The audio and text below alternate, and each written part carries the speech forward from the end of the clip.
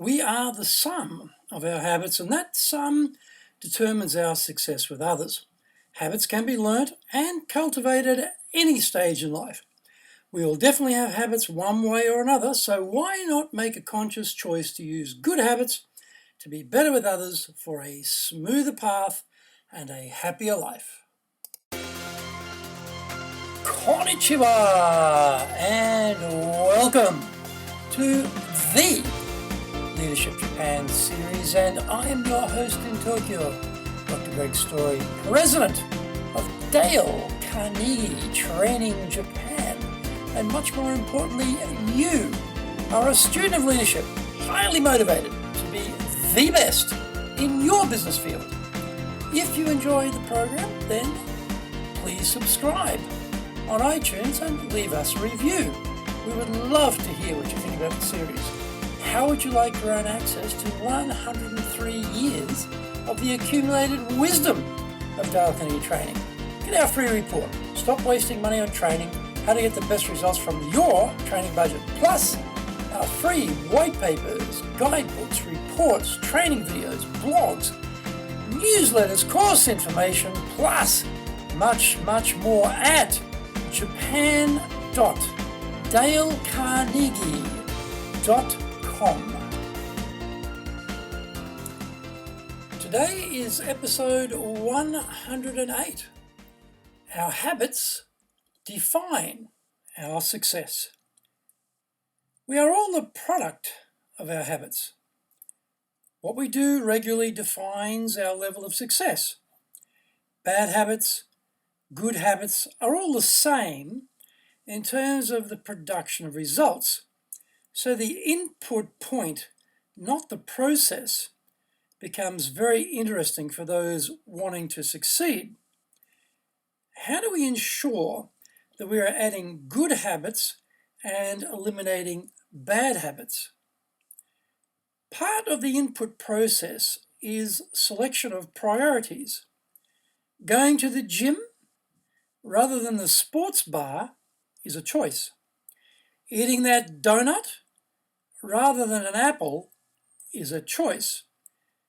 Discipline is a famed part of military life, and various slacker generations are recommended compulsory military service as a way to fly straight. Where does this military discipline come from? Regular habits are a big part. Doing specific things at the precise same time, in the same way, without variation, instills habits. Doing things that must be done, regardless of how you feel about wanting to do them, instills disciplines which become habits. You don't have to join the military to garner good habits, but becoming more disciplined is necessary. Our biggest successes come from our ability to work with other people. There are very few professions where you can do everything on your own and don't need the input, cooperation, or contribution of others. We pick up bad habits that damage our ability to garner that input, cooperation, and collaboration. Here are some good habits to cultivate if we want a smoother path to success. 1. Don't make it your habit to complain to or about others.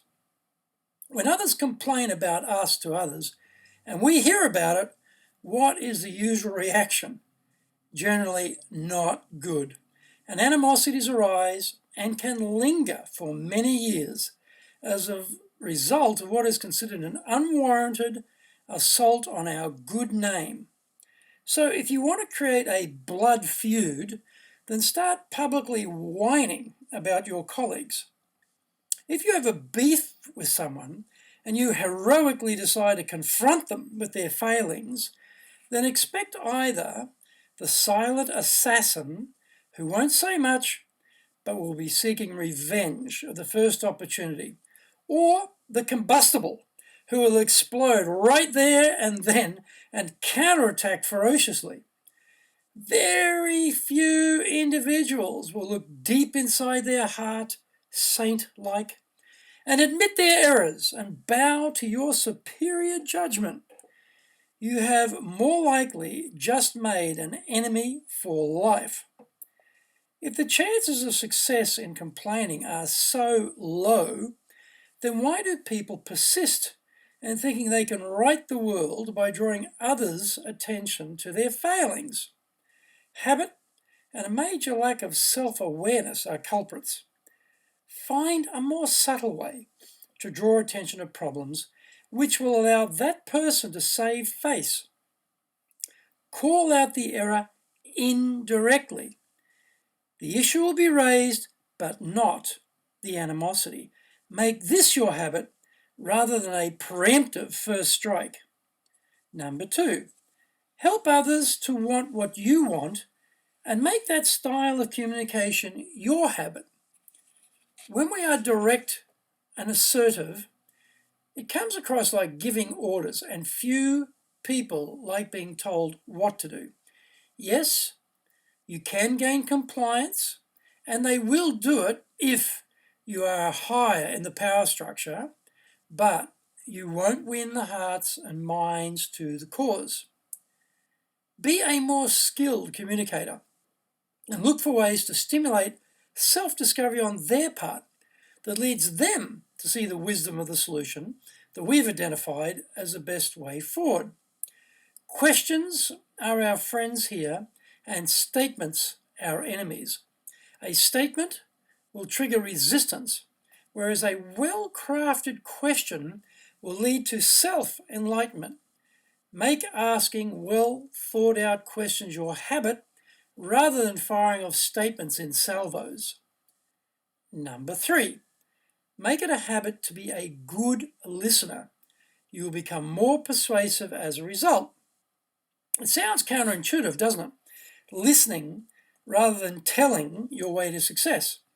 Hollywood has glorified the riveting, moving oratory that rouses the masses and points them in the same direction.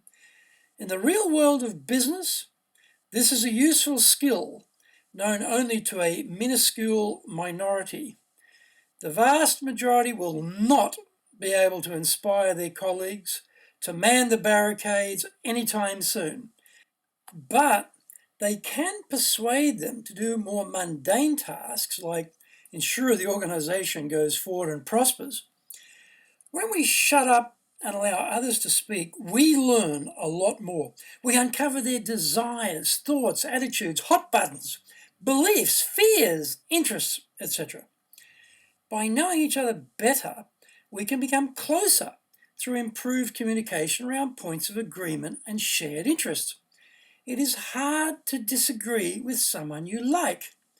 The reason you like them is because of those shared interests and ideas, etc. The reason you know those things is because you weren't hogging the airwaves and doing all the talking.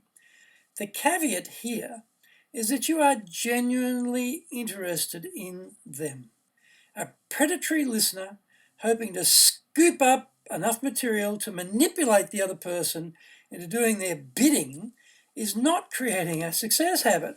People are not stupid, and we can all spot fake interest pretty quickly. The wielder of fake interest weapon will cut themselves as others realize they cannot be trusted. Number 4, craft the appreciation habit. Self-centered people are always on about themselves and what they did and how great they are. They can linger long on their superior qualities and accomplishments, but are rather parsimonious about recognizing the achievements of others. These people wonder why no one wants to help them and they get so little cooperation. Flattery is not appreciation. It is a lie that is revealed pretty quickly. The fake praise alarm goes off inside our heads almost immediately we hear it, so it has zero impact, except to never trust the perpetrator. Honest and sincere appreciation is what resonates with us. The reason we know it is genuine is because of the way it is communicated to us. General statements like, "Good job," "Well done," are in danger of setting off that mental alarm. When we select the action or behavior that was good, we now begin to make it real rather than doubtful. Concrete examples add truth to our words and resonate with the listener. Tell them exactly what they did that was good, and it will be real. Appreciate people as a habit and do it in some detail that makes it credible. We are the sum of our habits, and that sum determines our success with others. Habits can be learnt and cultivated at any stage in life. We will definitely have habits one way or another, so why not make a conscious choice to use good habits to be better with others for a smoother path and a happier life? Some action items going forward for good habit cultivation. 1. Don't complain to or about others. 2. Help others to want what you want. 3. Become persuasive by being a good listener. 4. Give honest, sincere appreciation. Thank you for joining the Leadership Japan series. If you found the program useful, then please subscribe on iTunes and leave us a review. Remember, to access your Dale Carnegie training, free reports, white papers, guidebooks, training videos, blogs, newsletters, course information, plus much more, then go to japan.dalecarnegie.com.